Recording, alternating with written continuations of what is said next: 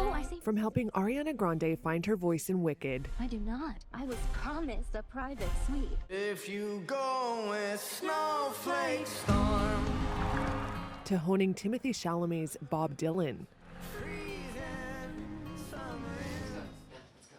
vocal coach Eric Vetro works with celebrities to refine their singing skills. So some people I'll be working more on technique right from the start, improving their voice. Some people, it's more a matter of helping them to preserve their voice.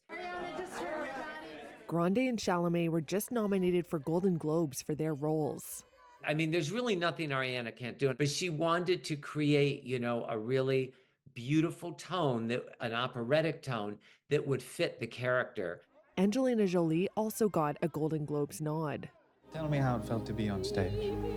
An exaltation, an intoxication.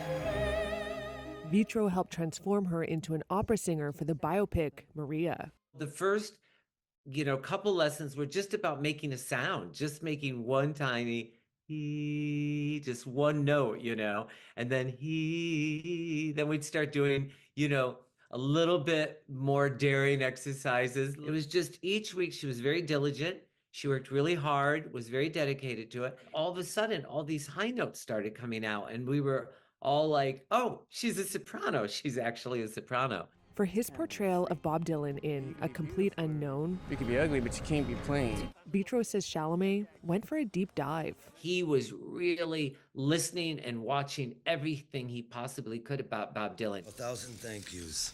You know, it would be easy with Bob Dylan to just say, oh, he sounds very nasal. He sounds like this, boom. But that would be selling him so short because he's very, very multi-layered. Vetro has worked with some of the biggest names in music and helped Austin Butler become Elvis Presley. How about just this? Now he's sharing some of his tips in an online BBC Maestro course. But in all his work with Hollywood A-listers, Vetro says there's one thing he always tries to avoid. I always try to think, what is it about this person that makes them so special?